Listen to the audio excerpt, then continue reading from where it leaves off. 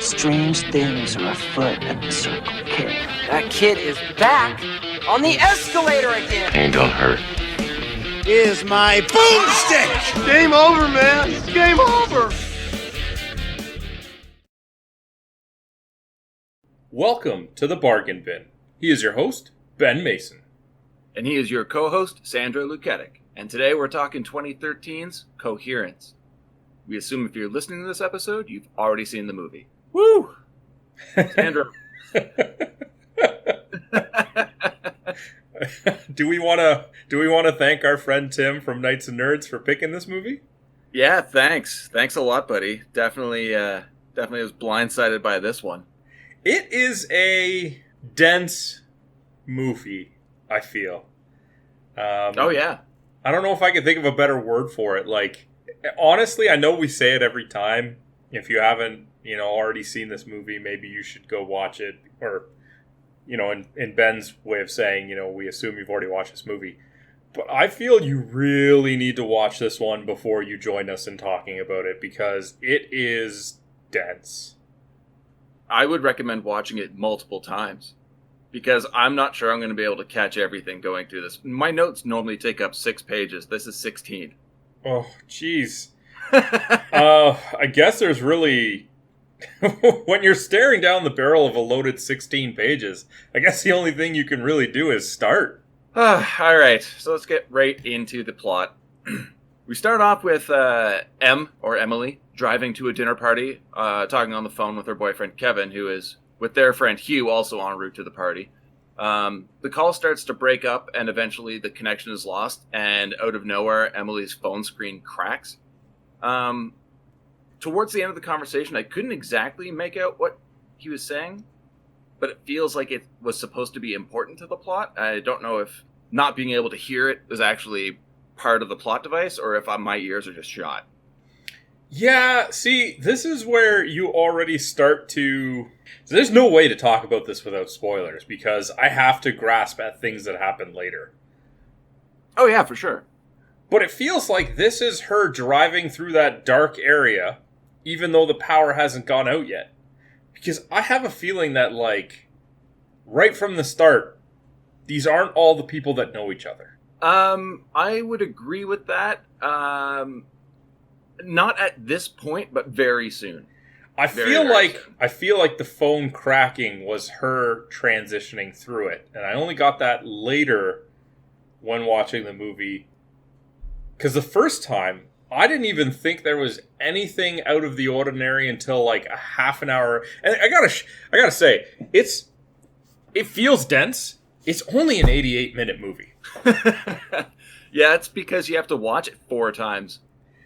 I only watched it twice, but I felt that even after watching it one time and knowing what actually happens, the second time is almost like an entirely new experience. Yeah. Oh, it is, for sure. So anyway, let's move forward. I'll get more into that theory as the following scenes play out. So we have Michael and Lee, the party hosts, prepping dinner and talking with Beth, another one of the guests. Beth is on a rant about her current health cleanse, setting up her character as a new age health nut. Emily arrives to smiles and hugs and hands Mike a bottle of wine. And I didn't realize this the first time I watched it, but he's much more interested in the wine than Emily originally. She tells everyone that her phone cracked while she was talking with Kevin, and the news is reporting that this can be a side effect of a comet that's passing overhead. Mm-hmm. More food prep. Beth is asking Emily if Amir told her he's bringing Lori, who's Kevin's ex, to the dinner. Emily did not remember that, she didn't know that, and is rather displeased. And Mike doesn't remember who Lori is. Mm-hmm. I found that very strange, but I also missed that the first time through. I missed a lot of this stuff the first time through. This is going to be dense of me reading a lot of the plot, because it really is important later on. And it seems pointless at the moment. So to anybody listening right now who's getting frustrated, I apologize. I mean, it needs to be. Mike looking at that bottle of wine could have even just been a signifier that, original Mike had quit drinking. And he still felt that kind of, that urge to drink. I honestly don't know, man. Like, there's a lot of this movie that I get, and there's a lot of potential theories that are just way over my head or I haven't even considered yet. Oh, I'm sure there are. Let's move forward. Beth reveals her weird tonic concoction of herbal oils and ketamine. Because why not? I find that their reaction to the ketamine wasn't as drastic as maybe it could have been. Well, Mike just brings up the point that it's a horse tranquilizer, and Beth's reaction is to assure everyone it's just a tiny dose and it helps take the edge off. And not even just that, but like, I think it's when the next guests arrive, he's like, can I get you anything? Wine? Ketamine? Like, he just throws it in there. Kevin and Hugh arrive. Emily asks Kevin if he knew that Laurie was going to be there, and he says he had no idea, and Amir's probably just bringing her because he's a jackass. I mean, they set this character up right away to be the least liked. But to me, he wasn't, actually. To me, I'm watching this first part of the movie, and I'm thinking, man, this Amir guy sounds like a douche. Why do they hang out with him? Like, yeah. If they're all saying this guy's a jackass or whatever, why are they hanging out with him? But when he does show up, at no point does he seem like a jackass. No, I mean, it's kind of awkward when he and Laurie show up, but that's mainly because she's there. But he seems to get along with everyone just fine, and vice versa. And he's genuinely nice to everyone. So in my mind, I'm like, this isn't the Amir that they were talking about. Yeah, and that's entirely possible. And we'll be getting to something here, too, that really ties in with that idea. Yeah, very obvious scene. Go ahead. Emily and Kevin are talking about whether or not she'll be joining him on his work trip to Vietnam. And that's when Amir and Laurie show up. During dinner, it comes up that nobody's any form of cell service. Emily again says it's the fault of the comet, and then recants how in the 1920s a comet passed over Finland, and it had a strange effect on the people. They would get lost, end up in different homes, they'd forget things and not know who they were. And she then tells them of a case about one woman who called the police and said the man in her home isn't her husband. The police show up and confirm that, yeah, it is indeed her husband, to which he replies, that's not my husband, because I killed my husband yesterday. Yeah, see, first time through watching this, it just seemed like some party talk, whatever. Second time watching it, it's like, wow, obvious foreshadowing. The entire movie. Completely what is about to happen. If I can talk about something that's not necessarily plot related at this point. Sure.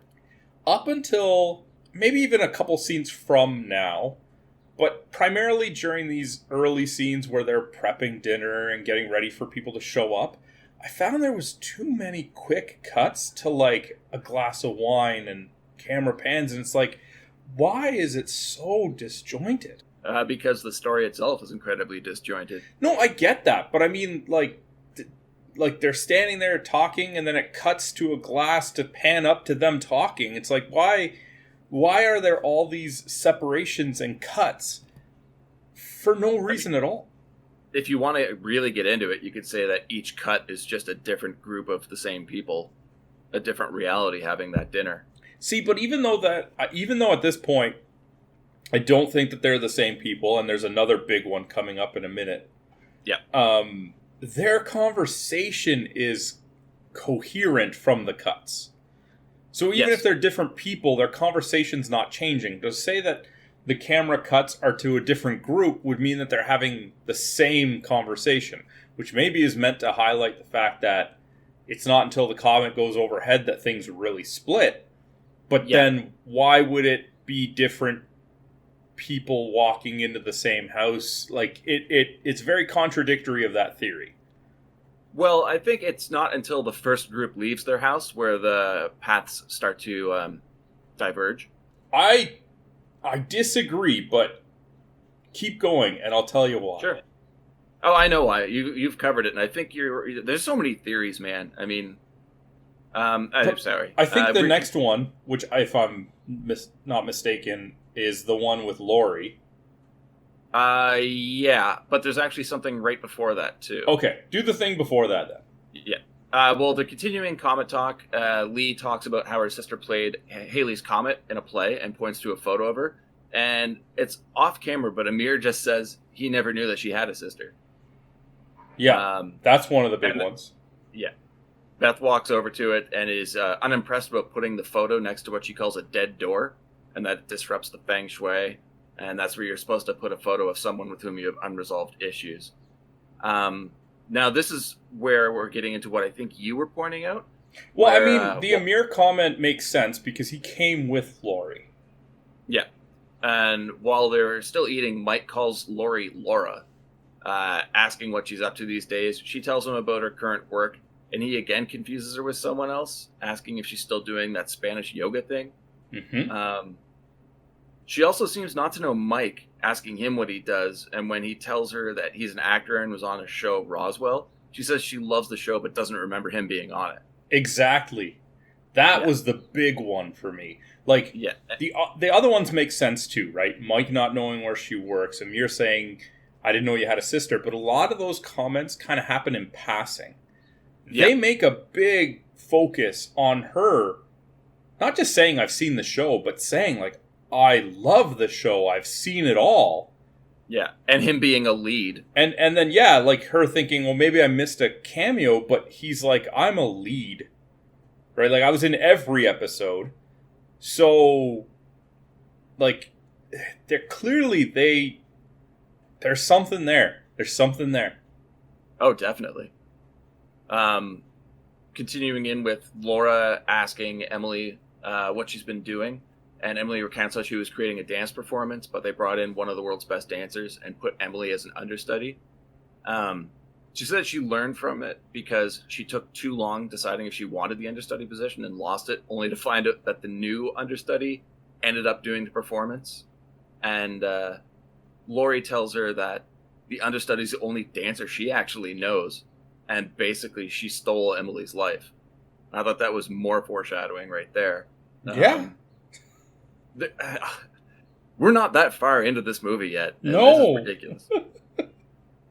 Hugh's phone screen shatters, and in a serious tone, he says he has to get a hold of his brother, who hangs out with theoretical physicists, and told him to call if anything weird starts to happen. This starts to cause a little bit of panic with everyone, mainly Beth. I really, really don't like the Beth character the more I think about it. I'm with you, man. The power goes out. Candles are lit, and Mike brings out boxes of glow sticks.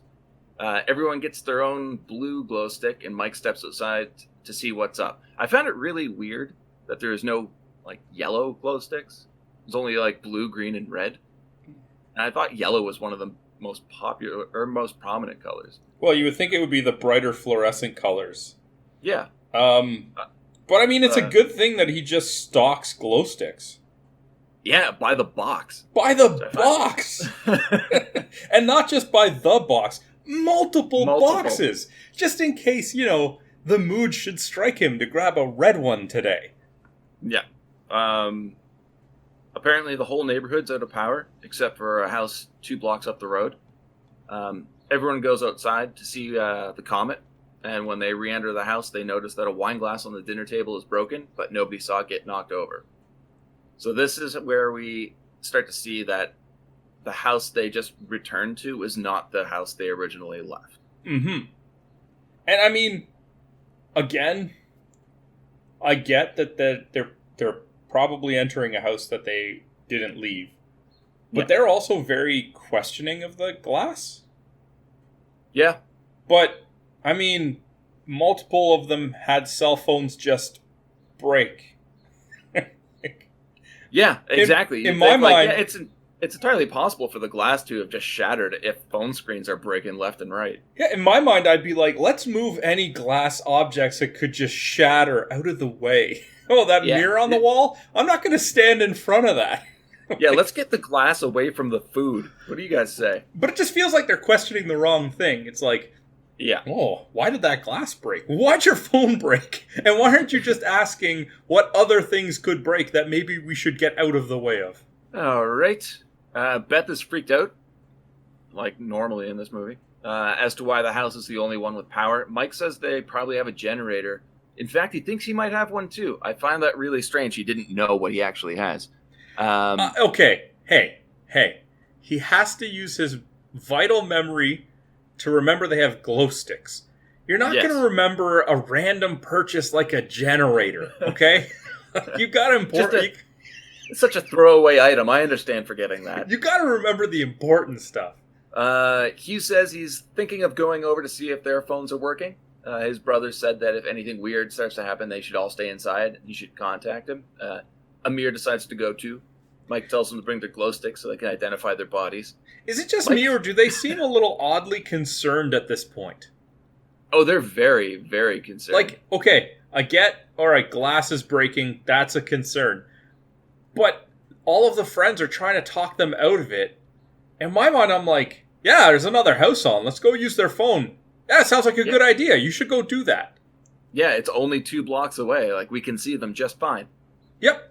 Alright, back at the dinner table, Emily is telling another comet story, and then loud pounding emits from the quote, dead door, and freaks everyone out. Kevin gets a baseball bat and peeks out the window, not seeing a thing. Mike goes to check the generator, and in a couple of minutes, the lights in the house are back on. I was confused at this point. I'm not going to lie. I had no idea what to expect, what was going to happen. I didn't even know what the story was at this point. I was just along for the ride. Yeah. So this is a perfect example of how you need to watch this movie multiple times. At this point in the movie, I thought it was going to be more of like a monster movie kind of thing, not like a parallel universe type story. Yeah. So I thought, okay, they're going to start getting attacked. People are going to getting picked off. That is not what we get. No, we just get someone punching your brain for 88 minutes. Yep. Beth says they should all go looking for Hugh and Amir. Maury says that if you get lost in the woods, you're supposed to stay still until somebody finds you. Mm-hmm. They all sit down at the table in silence. The doorbell rings. Everyone jumps. Hugh and Amir have returned with a locked box. Hugh has a cut on his forehead and scolds Amir for taking the box, which Amir tries to explain what happened, saying they heard a noise and Hugh looked in the house but won't tell him what he saw. Why did they ring the doorbell? I don't know. Did I miss a part where the people in the house locked the door? I wouldn't be surprised, and maybe it just wasn't shown because, like, when Kevin got the bat to check out the window, maybe like Mike locked the door or something. I guess it makes sense, but I would have thought that Amir and Hugh would just walk back in. Yeah, and I mean something that deals with such poignant plot devices, you'd think they would show something like one of the characters locking the door. Meh. Yeah, meh. I was really confused about that box, though. I had no idea why they would just show up with it. Yeah, it seemed really weird that Amir would just be like, yeah, I got this box. Yeah, I found this thing that's not on your property, so I took it. It's like... Anyway, it's pretty cool to the story, just not the action of taking it. I don't get that. There's no reason to take it. It's Exactly. not like they put reflective lights on it or something, right? Like, Did we just find a weak point of the story? Because it's the box that really pushes everything forward. And how do you introduce that into the story? yeah, but it's just like, why did you even take it? Yeah. So you're presumably at this house. Amir didn't see what Hugh saw and saw a box and just took it. Yeah. Pretty much. So maybe that's what they don't like about Amir. He's just a petty thief. Maybe. I don't know, man. Like, that was... It's like, this One is of the first very- time that it worked out in our favor, but all those other times, stop taking shit. Yeah. Mike picks the lock on the box and finds a ping pong paddle and an envelope containing photos of the partygoers, each photo with a number written on the back in red ink. Everyone freaks out. Kevin demands Hugh tell them what he saw. He says that he looked in the window and saw a table with wine glasses, candles, and dinner set for 8 people. Mike cuts him off and calls him out. Kevin asks if he was messing with the dead door earlier. Hugh says no, he went to the front door of the other house, and there was no answer, so he went to the side door. Kevin says they must have walked in a circle and ended up back at Mike's house. Hugh freaks out, saying they did not get lost. This just made me super confused on my first watch. Yeah, and when I saw the box with the pictures with the numbers on the back, I thought, oh, this is going to be the kill order. Yeah, that's what I thought too. And then I was like, wait, they're going to kill 3 people at once? It's possible. It is, yeah. But that, again, is not what we get. And at this point, I still hadn't put together what the hell was going on. Me neither, man. But I'm totally invested. This was where I was probably at the height of my intrigue in the movie. Yeah. Hugh says he's going back to the house to ask to use the phone to call his brother, and if nobody answers, he'll leave a note. Which I found really strange because he already went to the house, but sure. As he's writing the note at the table, there's a noise outside. Amir looks out the window and states there's a big guy out there, but he's leaving. Kevin takes his bat and checks the door, finding a note taped to it, the exact same note that Hugh has not only written, but still has in his hand. Yeah, this is where the monster movie theory started to fade a little bit for me. Yeah. At this point, I kind of assumed we're dealing with time travel, not different realities. That was a possibility for sure. Yeah, I'm not sure, man. I'm not sure. Tim really screwed us with this movie, dude. I don't know if he did. Yeah, let's just push through the plot. There's a lot to talk about after. Beth is cleaning the cut on Hugh's forehead as Lee offers him a choice of regular or cloth Band-Aids. He goes for the cloth. Well, I mean, that's the obvious choice. Why would you take a plastic Band-Aid over a cloth Band-Aid? Cloth is a lot more flexible. It's a lot less intrusive. Yeah, okay, if it gets wet, but I mean, it's on your forehead. Clearly, I don't know what Lee was thinking here. Just hand him the damn cloth Band-Aid. At the table, Emily is looking at the photos, questioning why there are different numbers on the back. Lee, Hugh, and Mike have 1. Laurie has 2.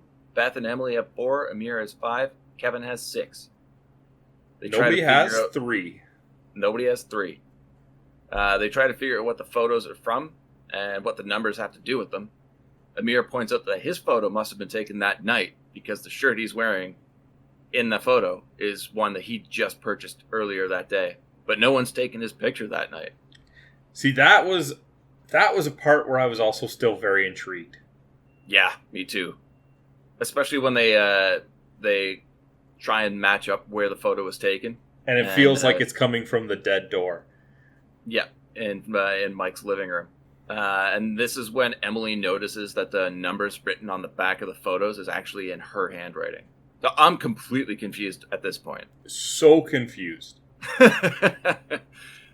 Mike states that he's going to the other house to confront himself. What? I think you skipped ahead of there a little bit, buddy. I think I did. I don't understand how. Let me see here. Because Mike doesn't plot to go there until well later. Emily does the numbers thing. No, I thought it was Mike, Kevin, Laurie, and Emily all go. Emily going because Laurie's going, and the whole thing with her and Kevin. And this is where everyone takes their glow sticks. Yeah. Yeah. Outside, they note that there aren't any cars driving by. There's nobody around. They walk through the pitch black, and Mike's stunned that they ended up at his house again. And Kevin warns them about approaching it. Yeah, no, I think I'm on the right track here. Yeah, but the Mike threatening is later. Yeah, no, there's no threatening yet. You're right. People are approaching, and they leave the front of the house and head back, only to run into another group of versions of themselves. These versions carrying red, not blue glow sticks. And then the reds chase the blues into the pitch black. Do they chase them? I thought they both kind of ran in opposite directions, like they were both fleeing each other. No, the people with the red glow sticks started running forward, and they were facing each other. So it's almost like reds were super aggressive. I don't know. I must have gotten that part wrong. I thought they both kind of ran in their own direction. Like both groups saw each other, kind of like a mirror gimmick, and got scared and ran.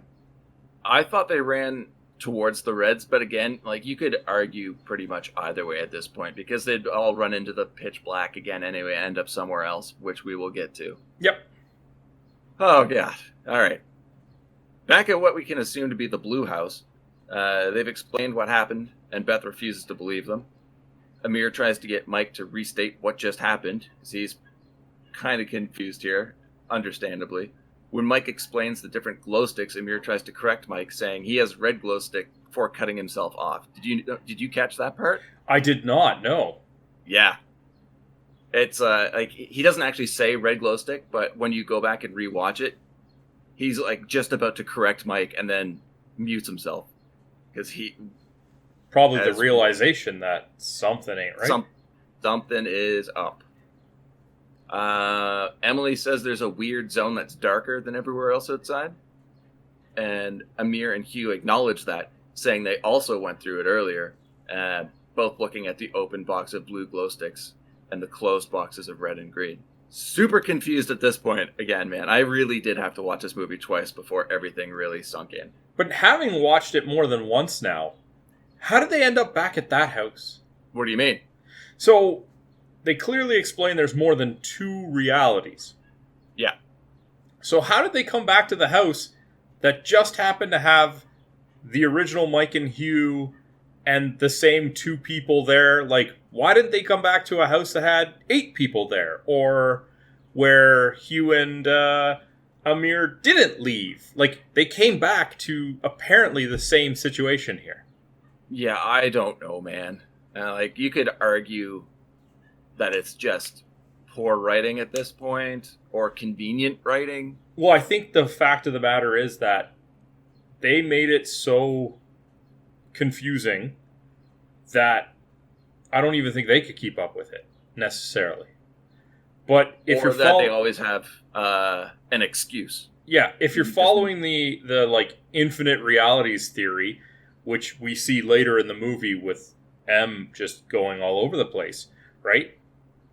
When these 4 left and then came back, they should have gone, or potentially could have gone, to some very different scenarios. Why didn't they go back? I mean, I think they did, because later on, when M, who doesn't leave again, looks in the notepad, it's a different color that she used to write the numbers. Yes. But somehow, it still has the Amir and Hugh that know that they're not in the right place because they haven't fled yet. Well, I feel like they've also they leave the house again before you see the other numbers written down. Well, they go to their car to get the physics notes.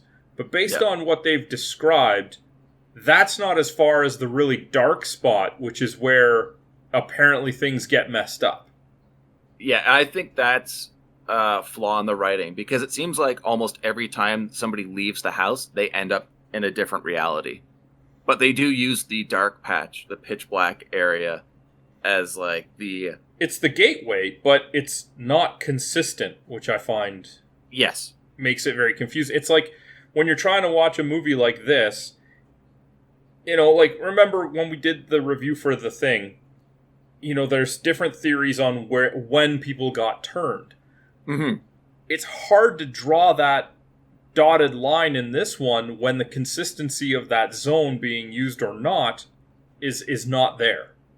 Yeah, and I think that's because if you're going to be this intricate with the story, I think it's very easy to get caught up in it and miss things here and there, because there are a lot of plot holes.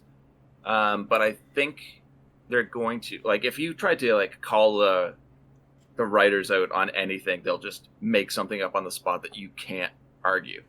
Yeah, because there's no solidified theory, or like, you can't, because it doesn't actually say that the gateway is the dark area. It's just implied. So it's almost impossible to either argue for or against any theories here. Yeah. You know what? This might be a good spot to take a quick break and play a message from our good friend Tim, who recommended this movie. Yeah. Thanks, Tim.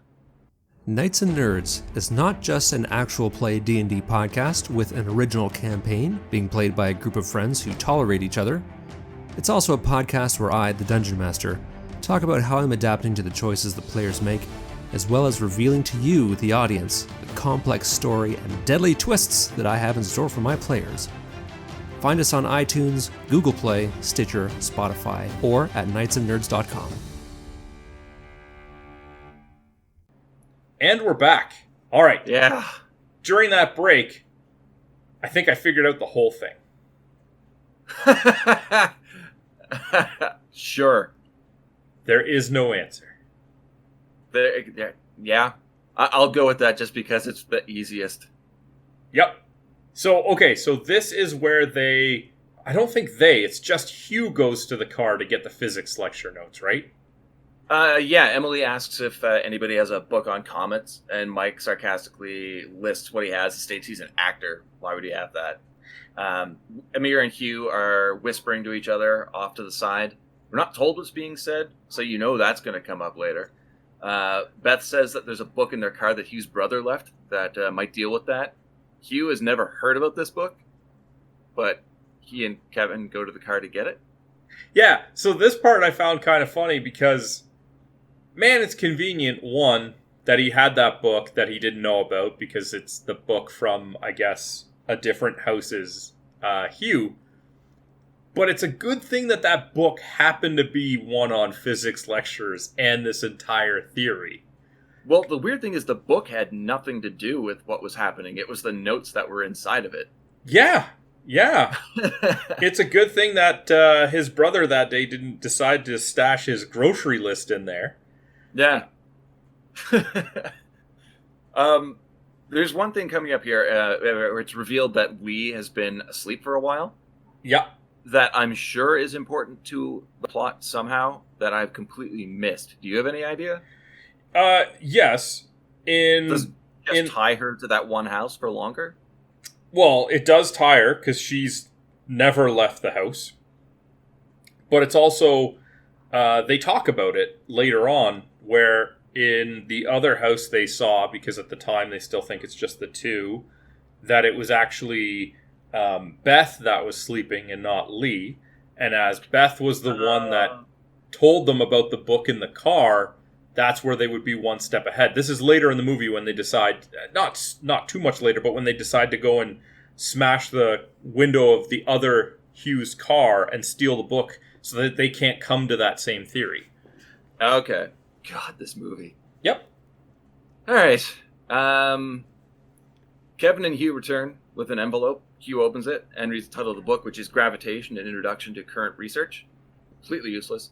Though, as we already said, Hugh finds notes in the book on decoherence and Schrodinger's cat. Cat. He talked about this. Do you guys know what Schrodinger's cat is?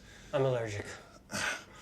So it's a thought experiment. There's a cat in a box that has like a 50-50 chance of living because there's a vial of poison that's also in the box.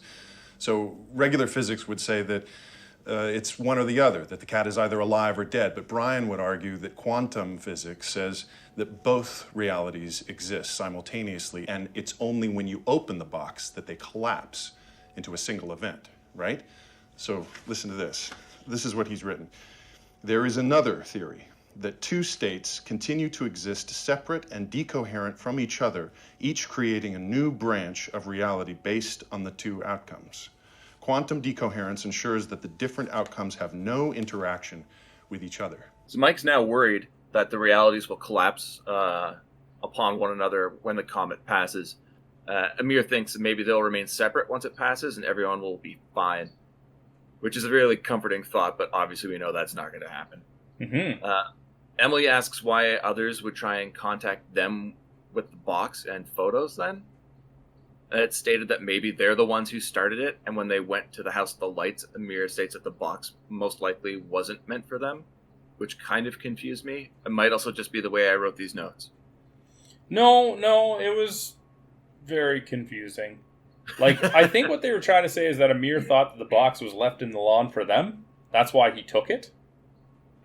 Oh, yeah, that makes perfect sense. Yeah. But why would he think that was left for them? Like, why? Here's a box in the lawn for random people that might come get it. Like, none of it made sense. Well, I think this is where it's implied that he picked up the box when they were on their way back, when they thought they were on their way back. They saw the box that was there, that was not there when they left originally. When in fact, yeah. Thanks, Tim. Want to clarify that one for us? All right, so Mike fears that they might have interacted with the others, and they might be collapsing on each other. He says that won't happen if they stay apart. This is where Mike starts getting a little hostile, saying that he's going to collapse on them and won't wait for them to collapse on us. Like, wow, that's a good line. But it's also showing Mike starting to break. which I don't really see with the other characters until later. But does that mean Mike's actually the weak one, or he's just the most emotive? I mean, he's an actor. He's got to express himself. Right? I mean, it's a super aggressive stance, but I think that's totally reasonable in that point in time. I mean, up until now, he's used even humor as a defense a lot. Yeah. And he even says, like, oh, half joking, right? Like, he's clearly uncomfortable with expressing himself, and he seems to kind of do it in kind of over-exaggerated ways. Yeah. Oh, God. Okay, moving on. So this is when they actually consider stealing the physics notes from the other Hugh's car, right? Because they split in the house, right? Yeah. Mike's plotting to kill everybody. Other group is kind of talking about how, like, it was Beth that was sleeping. We should go steal the physics notes. And this is kind of where Mike breaks away and talks to Kevin about blackmailing himself in the other house. Yeah. Why? Yeah, that's right. But, like, in my mind, I'm like, why? Why? What would blackmailing the other Mike do? If they think that this other group, because again, at this point, we're thinking there's only two, is trying to kill them, or might want to, let's blackmail them. Let's add more hostility to it. Like, at no point could I figure out what the intended outcome of this blackmail was supposed to be. Well, has Mike started drinking at this point? I don't know. Because it's implied that he is a recovering alcoholic. Yes, and I think they do hint at it very heavily that when he's drinking, he's very unstable, potentially aggressive. Because he even says, maybe that other Mike is drinking, and we don't know what he's going to do, right? Yeah. Because Kevin brings up the idea that if Mike goes to kill them, he's going to run into other Mike planning to do the same thing, and who would win that fight? And that's when Mike says, what if the other Mike is drinking? Yeah. That's super, super dark. Yep. Just planning on killing an alternate version of yourself. This is where he actually does head out, though. Or does he sneak out? I can't remember. I thought that Hugh and Amir leave first. No, the attempted blackmail doesn't happen. It hasn't happened yet. Because Mike says that when he looked through the window of the other house, he saw Hugh, Amir, and Lee. Lee was asleep, though. Yeah, so this is how they determine that Beth was the one sleeping in the other room and that they should go steal the notes from the car. Exactly. Yeah, Kevin says that there could be different realities where any member of the party could be sleeping. In the reality where Beth is sleeping, most likely the red reality, they don't have the book, which means they don't have the notes and have no real understanding of what's happening. That's right. And that's where the plan is to head to the Red House and take the book from Hugh's car before they think they can do the same thing. Or before they do the same thing, sorry. Yep. Yeah. And I'm really invested in Hugh and Amir at this point because they really don't like that idea. Nope.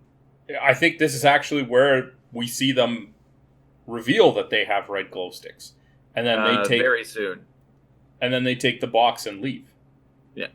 Lee rejoins the party after the nap. Mike pulls Kevin aside and says he has an idea that would prevent the Reds from getting a book from the car. And that's it. Yeah, he's going to write the note to himself with information about the affair he had with Beth in the hope that he can blackmail Red Mike. I'm just going to call them Red and Blue versions. Red Mike into not allowing the book to be read. Kevin admits that it's a terrible idea. Mike thinks it's great. Terrible idea. Unhinged. Horrible idea. Lee says she still feels woozy from the drops Beth gave her. Emily asks if Beth drugged everybody's food, and that's why they're freaking out. And I was like, at this point, I'm like, yeah, maybe, I guess. That was such a leap. Even I was like, no, not a chance. Yeah. Because... Well, she knows how much is still left. They say it, too. Like, yeah. Hugh, I guess, hasn't left yet, because I think he's the one that says it. Like, you'd need the whole bottle for each of them. And even then, they wouldn't have a group hallucination that they're sharing. Yeah. Right? Yeah, wouldn't it be a mass paranoia or anything? No.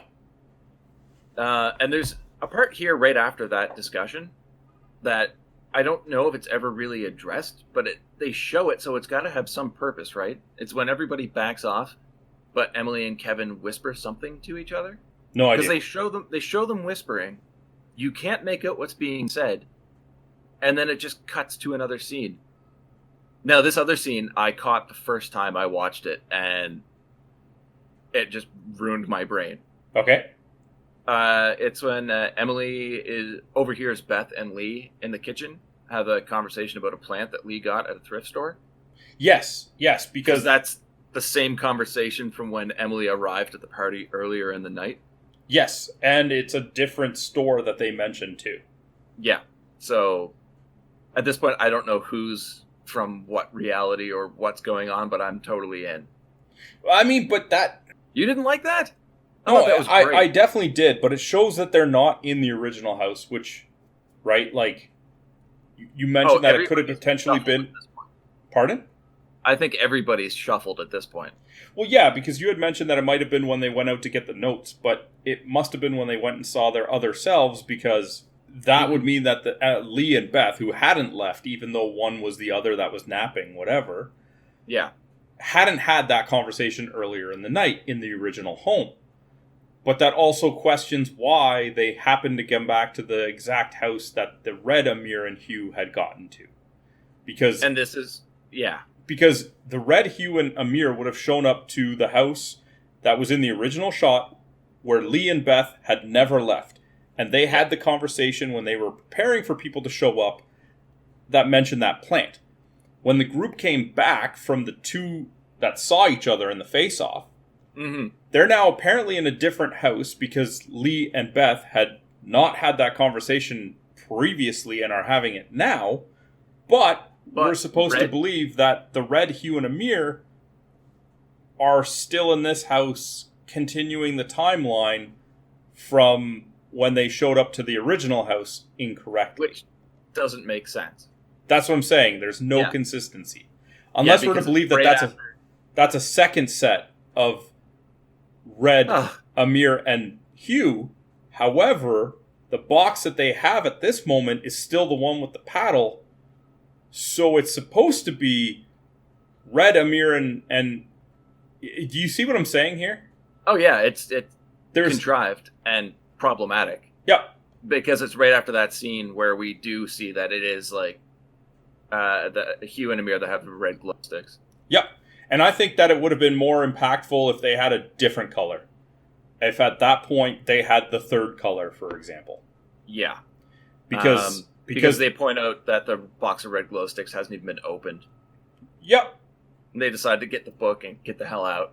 But in my mind, this Amir and Hugh are not the ones that should be in this house that they supposedly came back to, because it's not the original Lee and Beth, who I can only assume that the reason that they're having the same conversation again later is because they're not the same ones we saw in the beginning, but as they state in the movie, they're the two that never left the house, so they wouldn't have changed. Yeah. So they clearly did change. Yeah, I never noticed that before. That's a very good point.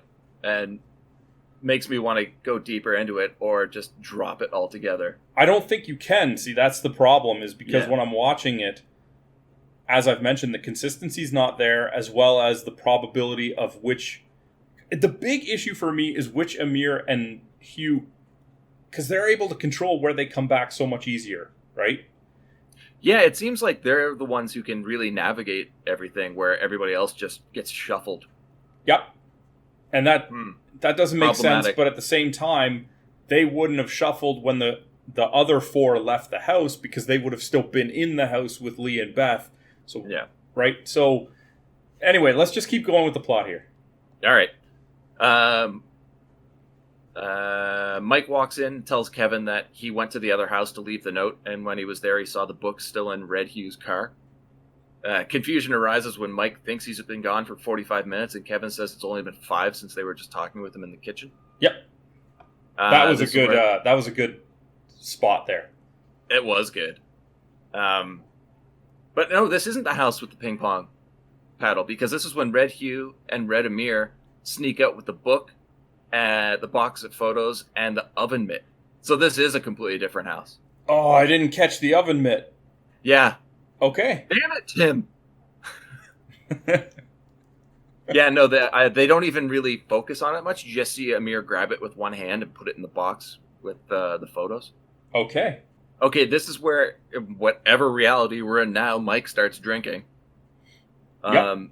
This is my problem with the movie. I've seen it 4 times, and I still have a major problem trying to keep it right, like what reality we're in at any given time. Well, because the weird thing is that later on, when Emily is starting to put this together and she's asking people about their numbers, and she asks what was in the box, right? Yeah. And somebody says a stapler or whatever, or maybe they don't say a stapler. But I think it's Hugh that says the oven mitt. No, it was Lee, I believe. It was Lee that said the oven mitt. Okay, that makes more sense. Okay. That one actually does line up then. Okay. That does line up. All right, keep going. Everybody notices that Amir and Hugh are gone and took the book and the box. Laurie brings up the point where they were the first 2 to leave the house. While they were out, they said they saw something and have been acting weird ever since. Kevin says he's going to go get them, and Emily blocks the door and won't let him leave. Laurie says that Mike was right and they can't trust the other house. Kevin's upset with that the clues are gone and walks off. Laurie follows him, which right off the bat is not going to be good. Emily says the clues are still there. If the Red House had the pictures, then they must also have the pictures themselves. Beth doses herself while Lee is doing the dishes and says how Mike's been acting differently and isn't the man she married. Mike hands Emily an envelope with some of the pictures she asked for. He grabs his wine and leaves her to it. Laurie confronts Kevin, and the two flirt heavily and are acting inappropriately before Laurie kisses him. He stops it and leaves. Beth has seen all of this and tries to warn Emily, saying everything happens for a reason. Yeah, except one thing that she doesn't tell Emily, her friend, is that she saw them. Yeah. Well, she doesn't say exactly what happened. Yeah, well, that's a good friend. Yeah, great friend. Mike and Lee talk, and Lee states that nobody anywhere loves Mike as much as she does. Mike tells her he fucked up.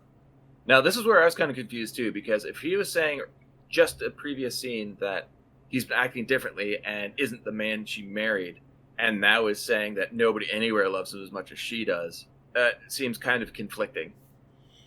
You think? Yeah. But we're led to believe this is still the same house, I guess. Emily confronts Kevin and tells him what Beth saw. Kevin says there are more important things to worry about than what Beth thinks she saw. Then the power cuts out. Okay. Everybody's in... I have a problem with this part coming up here.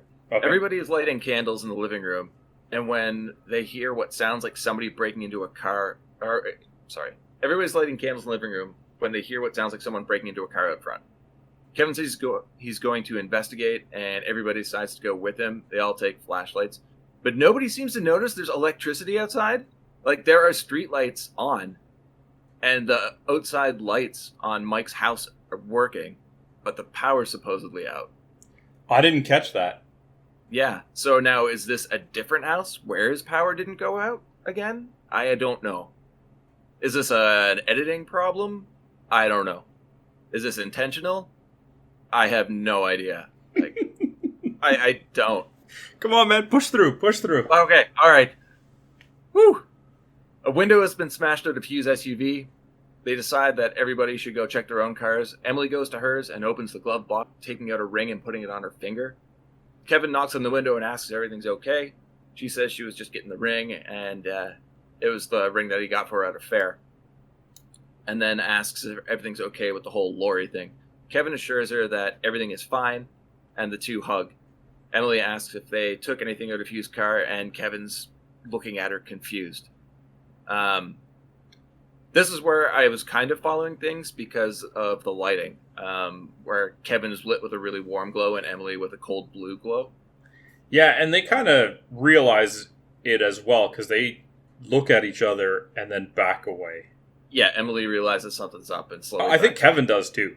I think they both. I think he's staring at her, but she's the one that actively leaves.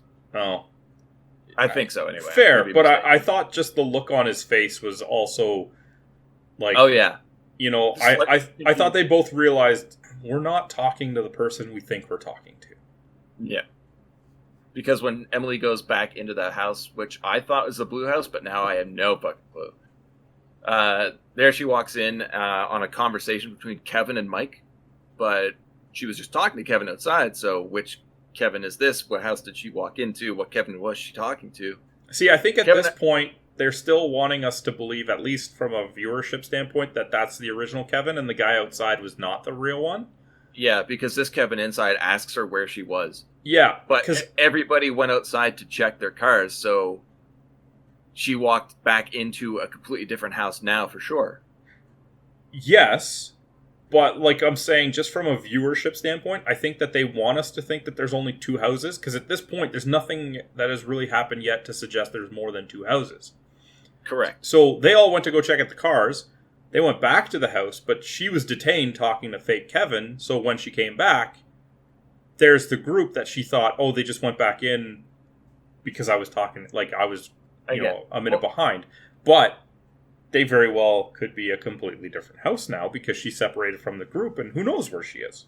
Exactly. And unless it was just poor editing, but I feel like we were led to believe that she was actually, in that reality, she was gone for longer than everyone else. But when we saw the conversation was not even a minute long. Maybe. Yeah. Anyway, she tells him that she went to get the ring, and he simply responds with nice. Whereas the Kevin outside had a much more warmer reception to that. Yeah, like the one inside didn't really care. Didn't even know the sentimental origin of it or anything like that, right? Like, oh, you went to get a ring. Cool. Right? Yeah. All right, fine. Mike says they have to wonder why they would break into Hugh's car knowing there was nothing there. That's a confusing line unto itself. Laurie hears a noise outside, and Blue Hugh and Blue Amir return, we guess? Sure, okay. I mean, a Blue Amir and Hugh return.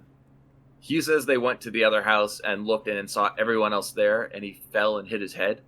The partygoers tell them that they've already been back and have already told them this story, which we haven't seen yet, so this is definitely a completely different house. Laurie says Hugh told them about the fall and cut. They gave him a Band-Aid for it. Lee points out that the Band-Aid's different, though. Amir and Hugh are completely confused and say they were at a house where everyone had red glow sticks. They prove themselves by showing that they took their red glow sticks from the other house, but they still have the blue ones with them. And Mike says that if they have the blue ones, then they're in the right house. Yes, because at this point, I feel like it was almost written to be two houses and then later just split. And yeah, like they didn't go back and adjust the writing to make it more than two. Mm-hmm.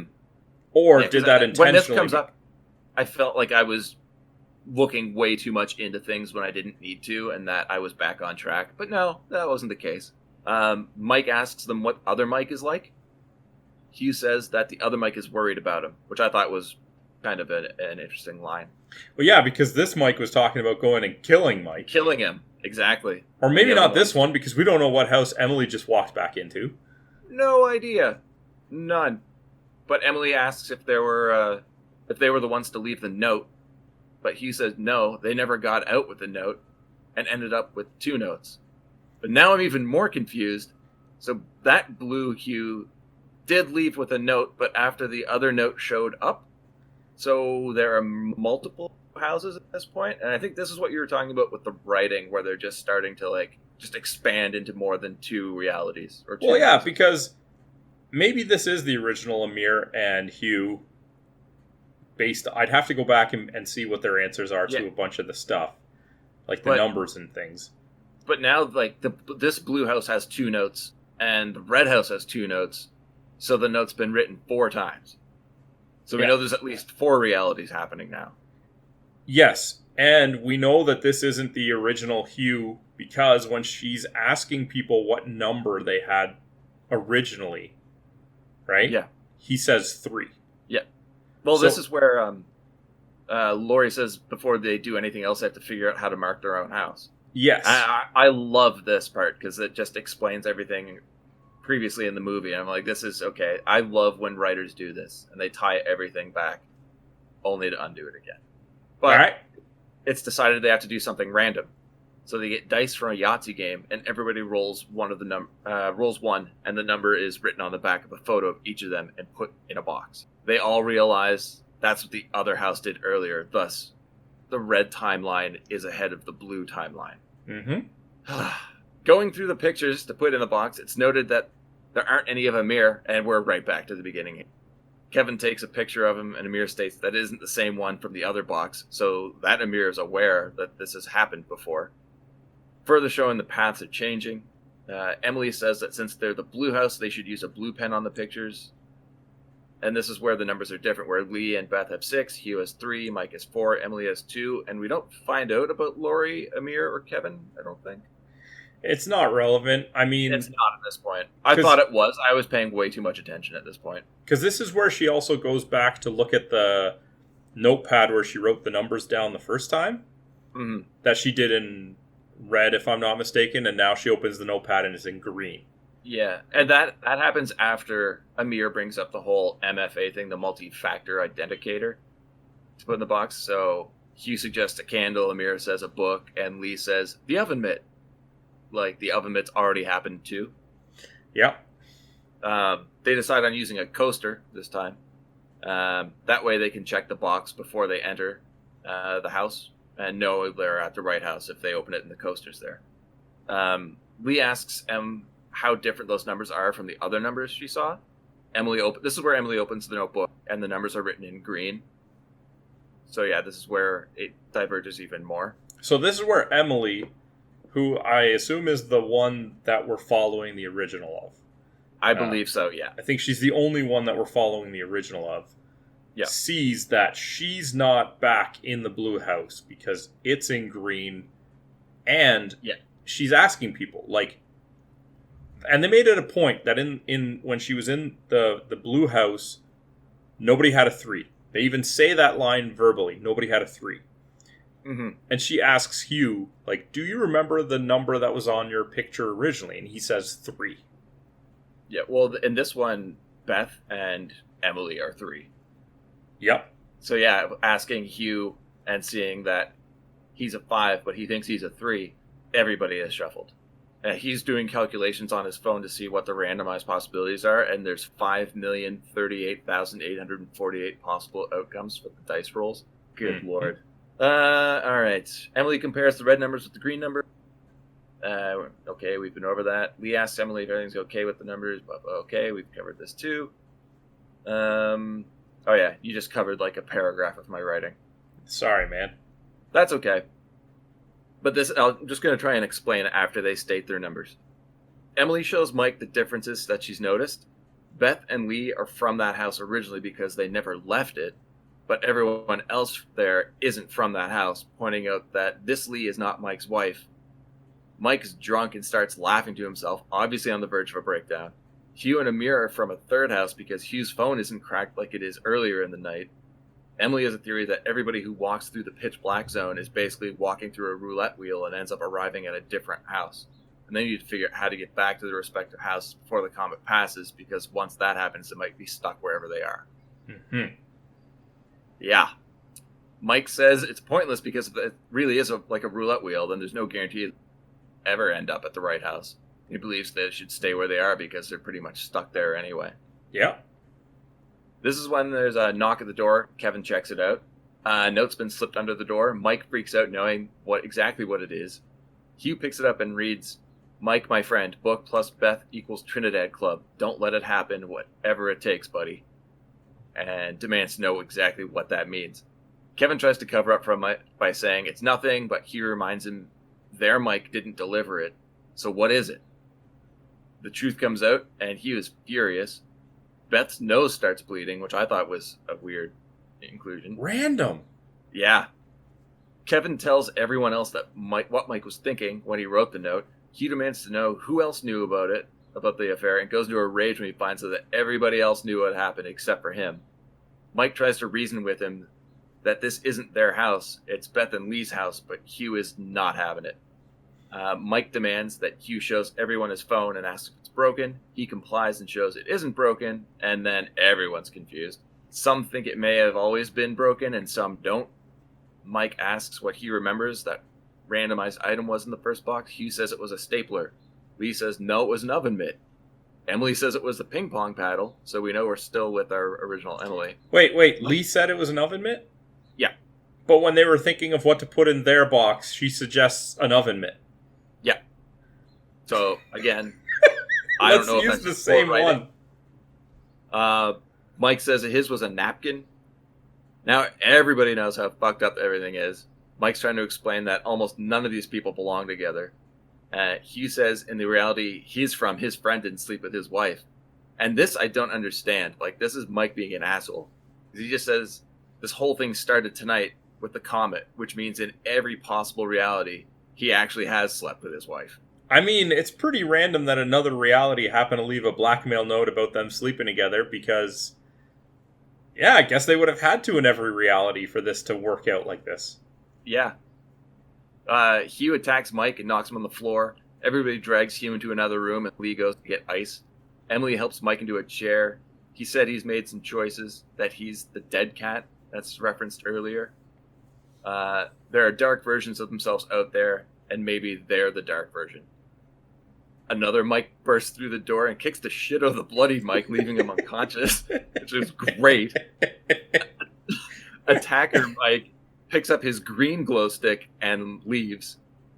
Everyone tries to help Mike, who's on the floor. Beth's nose starts bleeding even more. Lori has a panic attack about getting blood on her shoulder. Kevin tries to calm her down and calls for Emily to help. Emily slowly walks to the door and opens it, pulling off the note we've seen 4 times already, and then she goes outside. Yeah, dude. Like, shit's definitely hit the fan at this point in the movie. Were you following along perfectly at this point? No. No. Not a chance. Once outside, Emily goes to another house. She checks the marker box, and the MFA she pulls out is a stuffed monkey. Looking in the window, she sees a version of herself, obviously distraught from the events of the night. She walks back through the dark zone, and the next house she sees everybody arguing with Mike telling him to put the wine down. The next house sees 2 Mikes gagged and tied to chairs. One Mike has a red glow stick, the other has a green one. The next house, Kevin and Lori are hugging and talking about how happy they are. And, damn it, Tim. Emily goes to another house. Here, everyone is at his or her happiest. Nothing has gone wrong, and the night's exactly what everyone wanted it to be. As if she stumbled upon the one reality where nobody left the house. Exactly. So she grabs a baseball bat and sneaks into that house and takes Beth's vial. Inside the house, everyone hears a window shatter, and they go outside and see that Hugh's SUV has a window that's been smashed in. They decide everyone should check on their own car. Emily follows the other Emily, attacking her in her car and leaving her in the trunk, attempting to take her place. Emily inserts herself into the happy house, and everything's going well. When asked where she was, Emily says that she came in through the dead door, and everyone decides to go look at the comet, much to Emily's displeasure. Outside, the comet's breaking up, and the power goes out. When it comes back on, Emily sees the drugged Emily pull herself into the bathroom. She smashes the drugged Emily in the face at the top of the toilet tank and hides her in the bathtub. In the commotion, she loses her ring and takes off the one that unconscious drugged Emily has and cleans up any blood. Walking back into the living room, she collapses, which I don't understand why she would collapse. Okay, we're almost there. She wakes up and walks into the kitchen where Lee is making breakfast. She then goes to the bathroom where she left the other Emily. Beth walks out having just showered. The other Emily's gone. Emily walks out to the car and sees that Hugh's windshield is broken. So she's in the same reality. Kevin finds her and tells her she passed out the previous night, but he found her ring in the bathroom and gives it to her. As she takes it, we see that she still has the ring on her finger, so now she's got both rings. As Kevin's phone rings, and he laughs, telling her it's her calling. He answers the phone with a hello, and then there's stunned silence, and he slowly turns and looks at Emily with a confused and serious expression. Her eyes slowly meet his, and the screen goes black. So that's our movie. Okay, so this end part made no sense to me. How so? Okay. Where did the Emily from the bathtub go? I don't know. She obviously, I don't want to say escaped. You think she would kind of tell everybody what the fuck's happening. See, because here's what I'm thinking. This Emily passed out on the couch. right? Yeah. Or she passed out Or and they put her on the couch. Right? Exactly, yeah, they put her there. At some point, the other Emily must have gotten up out of the tub. Otherwise, Beth would have seen her when she was showering. Yes. She did nothing, just walked out of the house. She didn't try to look for the other people in the house. She didn't see this Emily on the couch. She just left. It is very strange. And it then makes what? No sense. Called Kevin later, or are we supposed to believe that this is a third Emily from another reality calling him? I think that the writers and director at this point just assumed that everybody's brains would be fried and they wouldn't question the ending of the movie. Because if this is the Emily from the bathtub, we'll call her Bathtub Emily, right? Yeah. Trying to contact Kevin. Well, he would have been in the house. So when she got out of the bathtub, why didn't she just look for him? I have no idea, man. And if this Emily is trying to steal someone's life and thinking, I gotta kill this woman, right? But it just put her in the bathtub? Yeah. Oh, yeah. And speaking of which, another movie where we're supposed to dislike our protagonist. Yeah. And if you're gonna try and get rid of this Emily, throw her through the dark area in the gate. Just chuck her in, man. Because you're not gonna have to worry about killing her, hiding the body, getting confused with somebody else. Like, you know what? Put her in the car, put a brick on the gas, and drive it through the dark zone. She's gone. No longer your problem. And we've also determined that just going outside can do the exact same thing. We don't know that. So all the happy people that she inserted herself into their lives went outside right after she said she was just coming in from the dead door. So we don't even know if these are the happy people anymore. Well, they were all together in that moment, right? Yeah, but they all went together to see the comet. So if it's just about going outside, they could have turned around and walked back inside to another house. But at least they were all together, right? Except for Emily. That's what I'm saying. Because they went outside, Emily didn't. And that's when the power cut out. And when it comes back on, she sees her drugged self. So she goes to deal with that. By the time she's done dealing with her in the bathroom, everybody else has come in. But we don't know that it's the same people that left the house, because leaving the house before, without having to go through the dark zone, has shuffled people anyway. So, but if just leaving the house is enough, then how is drugged Emily back in the same house? Right. Did we just say this movie sucks? I can't say it sucks, man. I enjoyed it. I really liked it, but there's so many problems. So many problems. Oh, God. All right, so Ben, what'd you think of the movie? It's real good, I guess. No, I really enjoyed it. I haven't had a movie make me think that long and hard in a very long time, so that was a really, really nice change of pace. Super stoked that Tim recommended or requested that we cover it, because I don't know if I would have seen this any other time, because I'm not a really big Nicholas Brendon fan. So I was aware of this movie, but I never really decided that it was one I wanted to see. What about you? I gotta echo your remarks, but with a slight alteration. One, I'm glad Tim recommended this movie, because I did enjoy it. Mm-hmm. And I enjoyed it both times. Like, even the second time when I was starting to piece together how, like, none of it made sense. Yeah.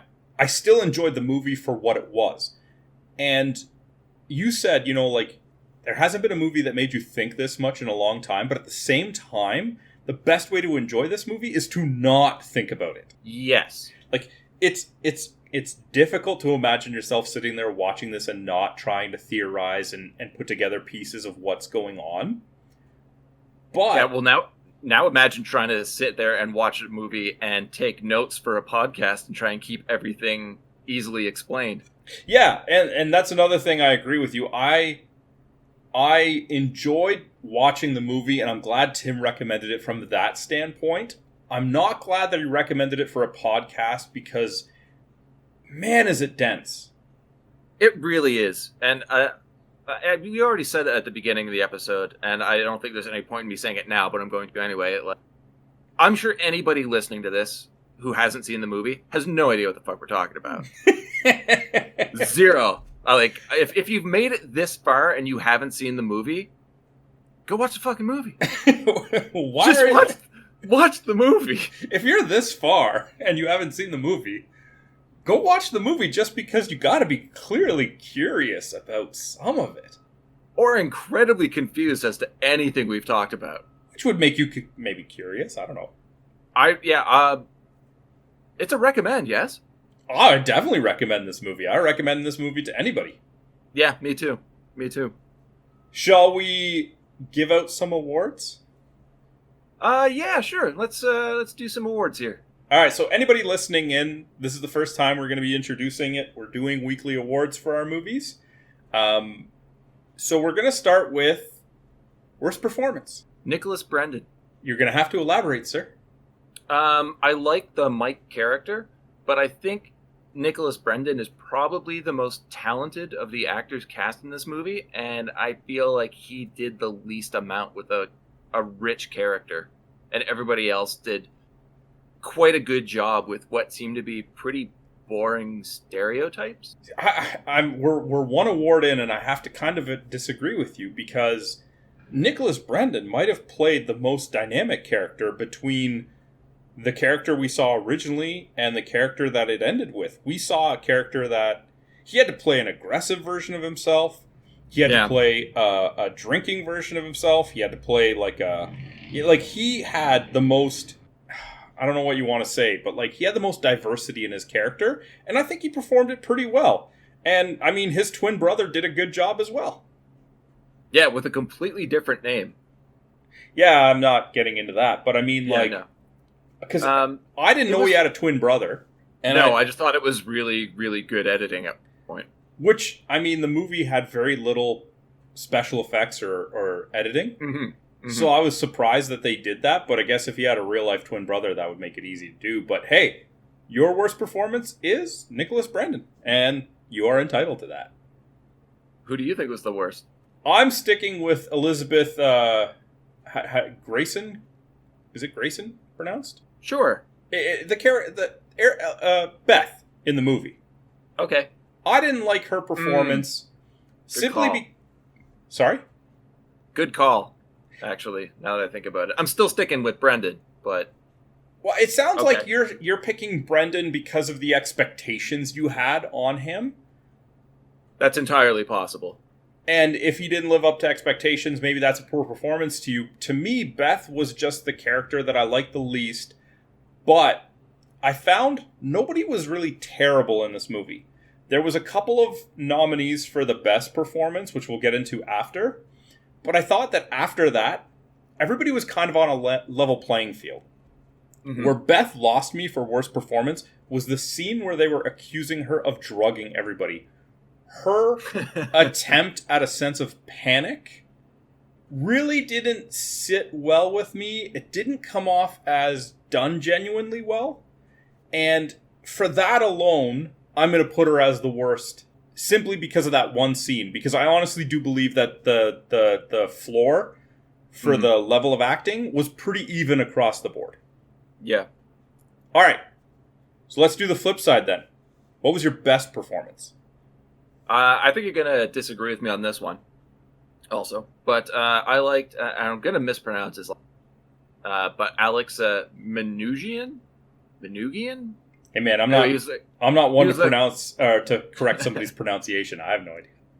He's one of the co-writers, but he also played Amir in the movie. And I felt like for an understated character, he did a great job.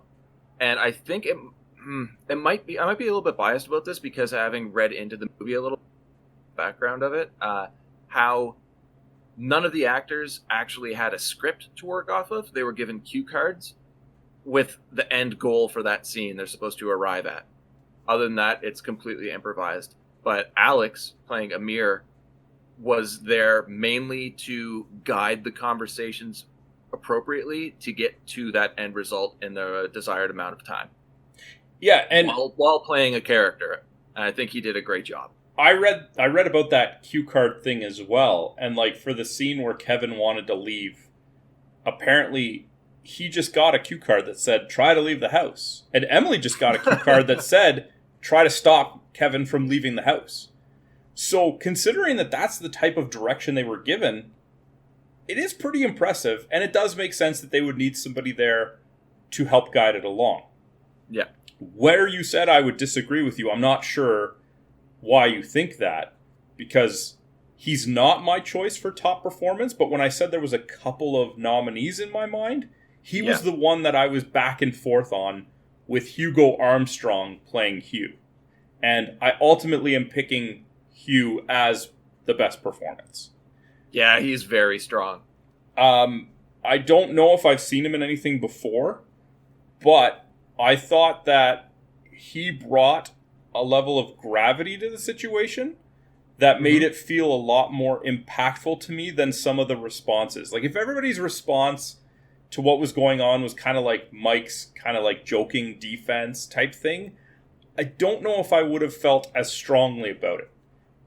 He was a good character in general. The actor played it well, but the additional gravity to the situation that he brought to a lot of the scenes that he was in really, really helped spur that along for my choice for top performance. Yeah. I love that we picked Hugh and Amir as our favorites, because they're like buddy-buddy for almost the entire film. Yeah, and I mean, they do play off of each other a lot, which makes sense. Like, they're in a lot of scenes together, so that they're going to carry each other. And that's why I was torn on Amir as well, because Amir does give Hugh a lot of what he works off of. Yeah. All right. You've actually changed my decision for worst performance, because I really want to hope that Nicholas Brendon got a cue card that just said, kick the shit out of Mike. And him being like, but I'm Mike. Well, maybe it was his brother, his identical brother, that got the card that said, beat the shit out of your brother. I've been waiting for years for this. Maybe his 30 cue years card. of pent-up jealousy and rage. And the directors being assholes were like, Nicholas's card said, give your brother a hug. All right. Okay. What was your best... Or no. We decided to go with memorable line, right? What was the most memorable line in the movie for you? It's a tie for me. Okay. And I'm going very... Should I go first then, just in case one of yours is mine? Sure. I'm going very light, though. More of like a humorous take, and what's undeniably a very serious film. So yeah, you should go first. Okay, so my most memorable line was a more serious one, and it was Mike when he said, this whole night we've been worrying. There's some dark version of us out there somewhere. What if we're the dark version? Now, there's a number of reasons why this line was so memorable to me. One, coming from Mike, it's very grounded. It's a very realistic and dark take for a character who did rely a lot on comedy as a defense. And it was one of the most self-realizing lines from a character that we saw transform so much in the movie. Mm-hmm. Beyond that, it was also very representative of what we ultimately see Emily do at the end of the movie. Yeah. Right? Because very good point. We're watching the movie. Emily is, in our eyes, the protagonist because she is presumably the only one that we know is from the original, when the movie starts. Mm-hmm. And right at the end, she tries to murder another version of herself. Repeatedly. I mean, I didn't say she was good at it. It's terrible. But she tried, right? So when that line hit, I don't know, it stuck with me for those reasons, and maybe more than other people thought too. So that was my most memorable line. What about you? Well, I said mine are more humorous, and it's a tie for me. Follow that up. One of them is Mike, though, so I'll give you that. Okay. But it's when either Kevin and Hugh show up, or Amir and Laurie show up, where Mike's like, you guys want wine? Cheese? Ketamine? Sure. Okay.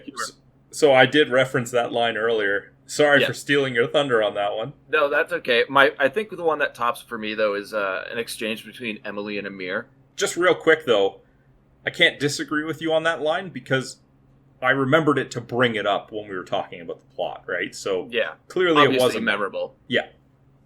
Well, when Emily says, "So what? We're splitting up again?" And Amir responds with, "No, we're not splitting up. We're just going into 2 different groups." I'm like, yep. So splitting up, that's good. You know what? I can't disagree with either of those lines, because I do remember the splitting up in a group as well. And maybe it was the contrast, because there wasn't as much light. There wasn't as much in the movie of a light tone after the initial dinner. Mm-hmm. So when those did happen, they were kind of almost like a bit of a reprieve, like a deep breath from all of the difficulty going on around, right? Yeah. Although the ketamine line was pretty early when nothing had really been happening. It was just a line. All right, so our last award for this week is most memorable scene or moment. Yes. Do you want me to go with this one? Yeah, I can go if you want. Yeah, go for it. For me, it is a moment that took place between the guys that we had for our top picks for best performance.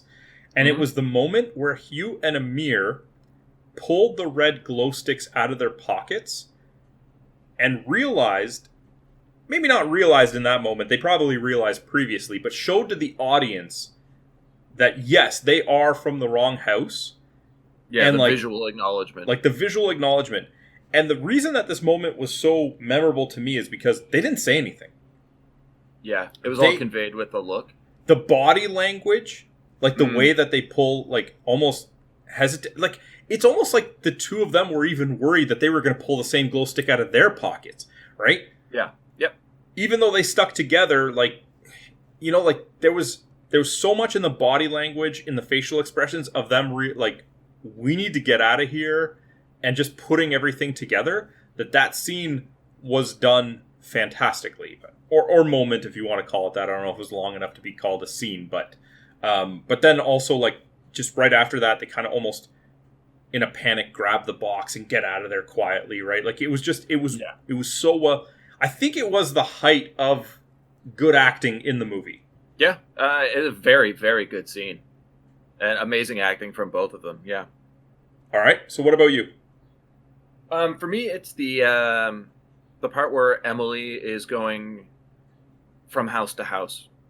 Just, I loved seeing all the different realities as they were happening. Where things are obviously at their worst. There's 2 different versions of Mike tied to a chair, gagged, bloodied, super dark, and then seeing, everybody really happy with their lives and just having a blast, seeing different people ending up together, or realities where certain relationships haven't even occurred or might have been a reversal of the one we were presented with originally. Just the randomized realities I thought was really fun. And I'm glad they included it, because they really didn't have to. But it was just a nice touch. I really enjoyed it. I think they should have gone further with it. Try to make it look like more time had gone by. This struggle to find a new place was almost insurmountable, right? Do some sort of cut where it's just windows passing by, right? Just to make it look like Emily could be lost in parallel universes for so long. I didn't take it at face value, though. I know we only saw 4, I think, but I was just under the assumption she's been going for a while from house to house, and these are just a few examples that we see. Yeah, maybe that was just me wanting more. I would have liked to see how much of a struggle that is, or just how many terrible situations were out there. You know what I mean? But then you're faced with, I think, how many is too many. Yeah. For it, this movie is very self-indulgent, so. All right, I think less is more works well here, but yeah, I'd be super curious as well to see what other realities she would have encountered. All right, so that's our awards for the movie. It is a recommend from both of us. Oh, definitely. I do have a question. Yeah. You know how when everybody goes through the dark zone or goes outside, different people come back in? What if everybody held hands and walked outside? I don't know. It's a stupid question. I was just curious to hear your answer. You know what? It's a good question, because why are we to assume that this gate works in the same way? Yeah. Like, if everybody walked side by side, would they necessarily go to the same place? Because it's not like a two-way street.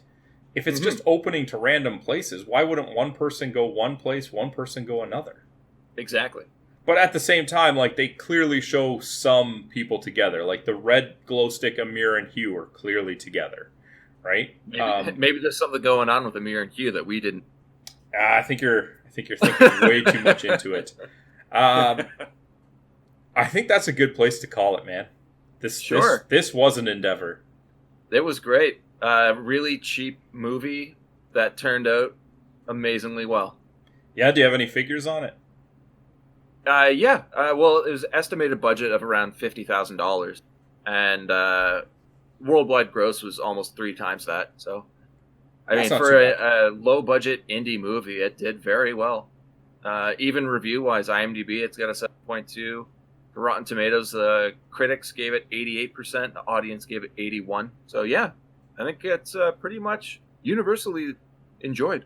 Yeah, I can't disagree, and I gotta stress that even though I have so many issues with timelines and plots for this, the fact that I still come out of it with a definite recommend and a movie I enjoyed and had no problem watching twice has to tell you something. That I was so worried. Despite all the odds against it, to still come out and say, hey, this was pretty good. Like, yeah. The sum is so much greater than the parts. It is definitely a recommend. That's true. I was very worried because you, especially with your inability to get over certain plot holes, as I was writing these notes, like, it's gonna be a whole discussion. Well, you know how OCD I am, right? Yeah. And I really had a problem with trying to keep track of who was from where. Yeah. And yet I was still able to just suspend disbelief and enjoy the movie, even though that was on my mind. So that's got to tell you something about the quality of the movie. It's fantastic. All right. If you guys have not seen the movie after all of this, do so. And then with the people who have seen the movie, leave us your feedback. Let us know what you thought about the movie. If you have any theories on who was from where. If you want to voice your opinion for the awards that we shared at the end of the show, drop us a line. We're available at Facebook and Twitter, BS Bargain Bin. You can also leave comments in the YouTube section of the review, or email us, because maybe this will need a little bit more typing space. bsbargainbin@outlook.com. Before we wrap up, I gotta know, Ben? Yes, sir. What are we watching next week, man? Next week, we are watching 1985's Tough Turf with our boy James Spader.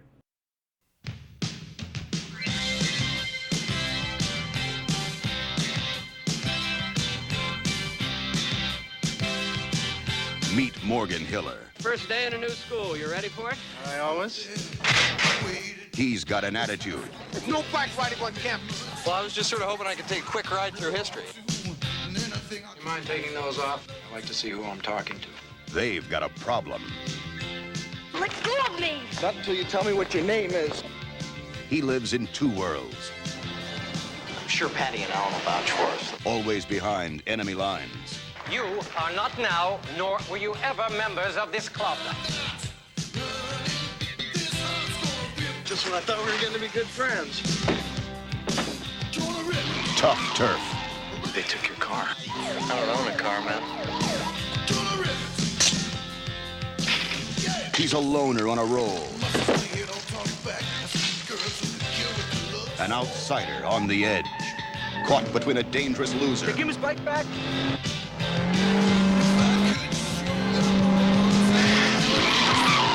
And the girls they both love. She belongs to Nick. Come on, Jimmy. Lincoln freed the slaves. Yeah, I thought you were going to such a nice, respectable guy. I could just ice you right now.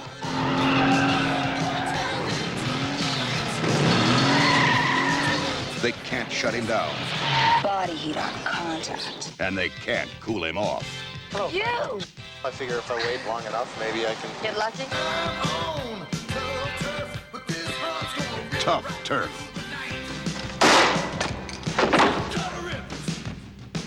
Nobody takes anything that I own. Nobody. He stands alone, and one way or the other, Well, I hate to tell you, big brother, but the rules have changed. What is it, your will? he's going to make this town his own. He's always been a rebel. Now, he's about to become a hero.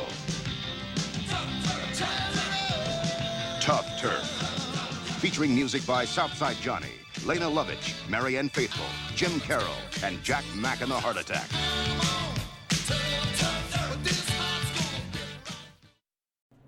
All right.